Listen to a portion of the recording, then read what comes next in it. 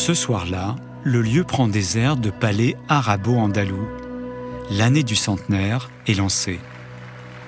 Chers amis, le 15 juillet 1926, la capitale était encore habillée de drapeaux tricolores et d'une humeur de fête nationale lorsque le président Gaston Doumergue et le premier recteur, Cheikh Abdoul Benrabri, franchirent les portes par lesquelles vous êtes entrés ce soir. Un siècle plus tard, le temps semble suspendu. Dès qu'on arrive, la première chose qu'on voit, c'est la porte de la mosquée. C'est vraiment un élément symbolique très fort parce que l'architecte a souhaité qu'elle ressemble non pas tant à une porte de mosquée, mais aussi à une porte de ville fortifiée qu'on peut avoir dans les cités impériales du Maroc ou de l'Algérie. Un havre de paix et de silence, seulement troublé par les explications de ce guide. Le style qui a été choisi, c'est le style hispano-mauresque, je veux dire andalous. Omar Salah est le plus ancien des guides. Il officie depuis 40 ans. Croyant ou non, 100 000 visiteurs venus de tous les pays se pressent ici chaque année. Et quand ils arrivent, ce qu'ils découvrent, c'est ce jardin, une particularité.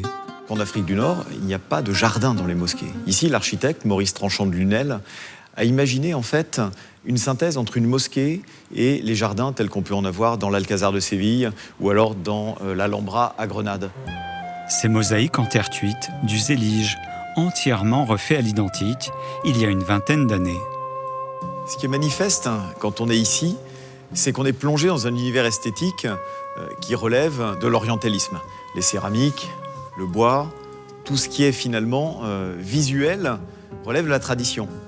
Chaque matériau n'en est pas moins porteur de sens. Regardez bien, il y a du bois de cèdre taillé sur mesure. Alors on voit ici de la dentelle blanche en stuc. Rien n'est décoratif en soi, tout est symbolique. La mosquée se présente comme un livre de pierre. Vous voyez la couche marron, taillée au ciseau de droite à gauche. C'est un poème. Donc c'est des versets du Coran? Non, ce ne sont pas les versets du Coran. Ça, c'est musulman, c'est pas islamique. D'accord. C'est un poème.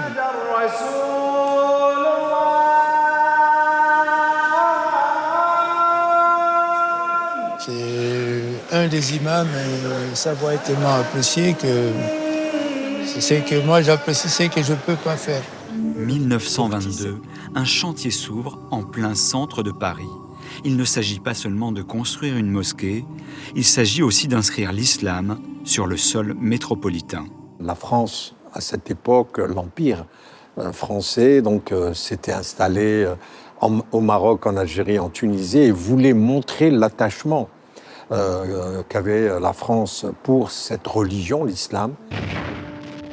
Mais aussi un signe de reconnaissance pour tous les musulmans enrôlés pendant la Première Guerre mondiale. Près de 200 000 soldats indigènes, comme on les appelait à l'époque. Des dizaines de milliers sont morts pour la France. Un institut musulman est alors créé pour la construction d'une mosquée. L'Assemblée nationale, en août 1920, a voté une loi, un subside de l'époque 500 000 francs, qui avait été accordé par l'Assemblée nationale à cette association pour commencer les travaux de la Grande Mosquée de Paris.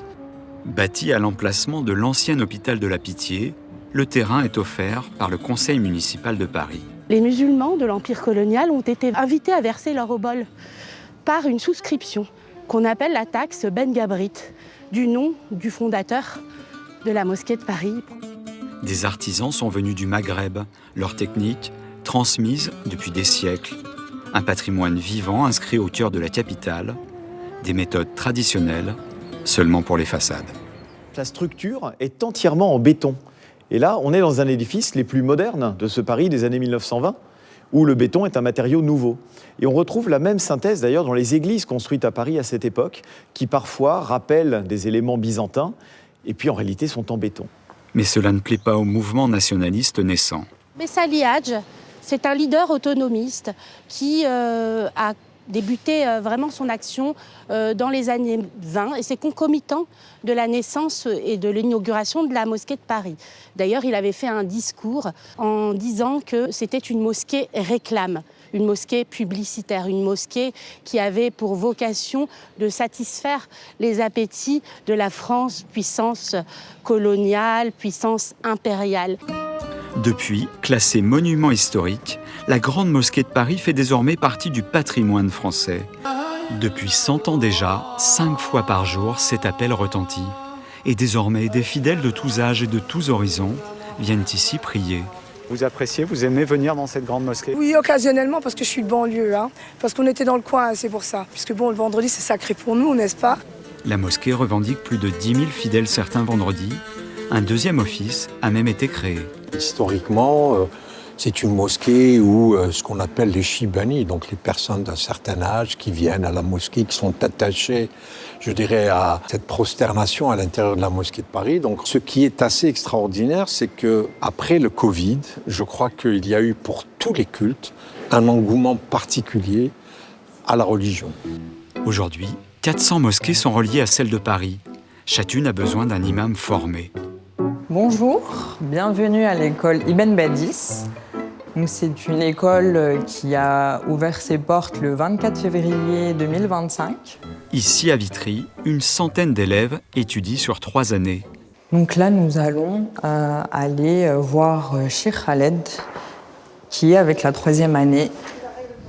Des hommes et des femmes ensemble sur le principe revendiqué de mixité. Tu es devant un auditoire. Alhamdulillah, wa salatu wa salam ala Rasulullah. Louange à Allah et paix et miséricorde sur le bien-aimé Mohammed alayhi salatu salam. Savez-vous c'est quoi la PMA? C'est la procréation médicalement assistée. Point. Du film.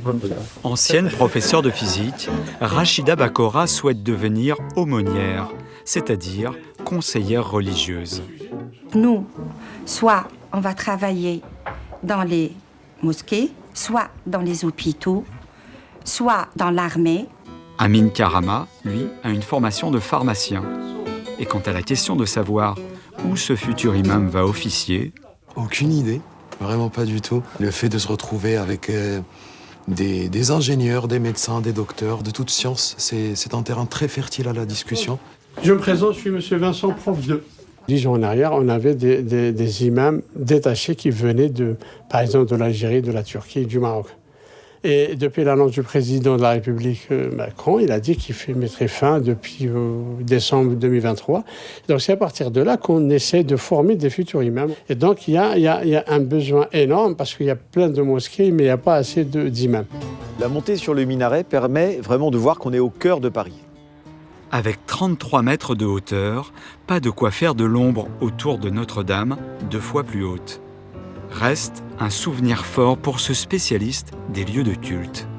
On nous avait emmenés à la mosquée de Paris avec notre classe quand j'étais en CM2. Et donc c'est un lieu que j'affectionne tout particulièrement au cœur de Paris. Et j'aime bien en parler justement à mes étudiants. Quand on parle des architectures religieuses, c'est toujours un exemple incontournable et il faut venir visiter ce lieu. Autre incontournable, Bonjour. 2 crêpes au miel, une crêpe au sucre. Voilà. le restaurant Centenaire, avec bien sûr le thé à la menthe, servi selon la tradition. On était en train de marcher dans le coin et on n'a pas hésité très longtemps à venir ici, quoi. Un petit dessert ici, ensuite une petite balade jardin des plantes. Un classique. Cette historienne connaît aussi cette mosquée depuis son enfance. Devenue adulte, elle en a fait le sujet de sa thèse. Ma maman travaillait ici. Ma maman était directrice des affaires sociales et humanitaires, chef du protocole à la mosquée de Paris parce qu'elle était investie dans des activités politiques, mais aussi portait un combat associatif visant à reconnaître l'impact des Français musulmans rapatriés d'Algérie. Ce travail de reconnaissance se poursuit aujourd'hui avec le 7e recteur en poste. Une lutte constante contre les amalgames. L'essentiel, c'est qu'aujourd'hui, il y ait vraiment une prise de conscience que ces actes d'incitation se doivent pointer en permanence sur les musulmans de France. Ça nous fait mal. Avocat de métier, il sait l'importance de bien nommer les choses. L'islamophobie signifie la peur panique d'une religion. Alors, pour définir la haine contre les musulmans, il propose un nouveau mot. Pourquoi pas musulmanophobie? Ça veut dire que ça concerne la qualité de musulman, c'est-à-dire que moi, je peux être l'objet d'une incitation à la haine, d'une attaque physique ou morale contre moi. Donc là, il y a des textes. Le reste, vous pouvez dire que vous n'aimez pas la religion musulmane. C'est la liberté de tout un chacun.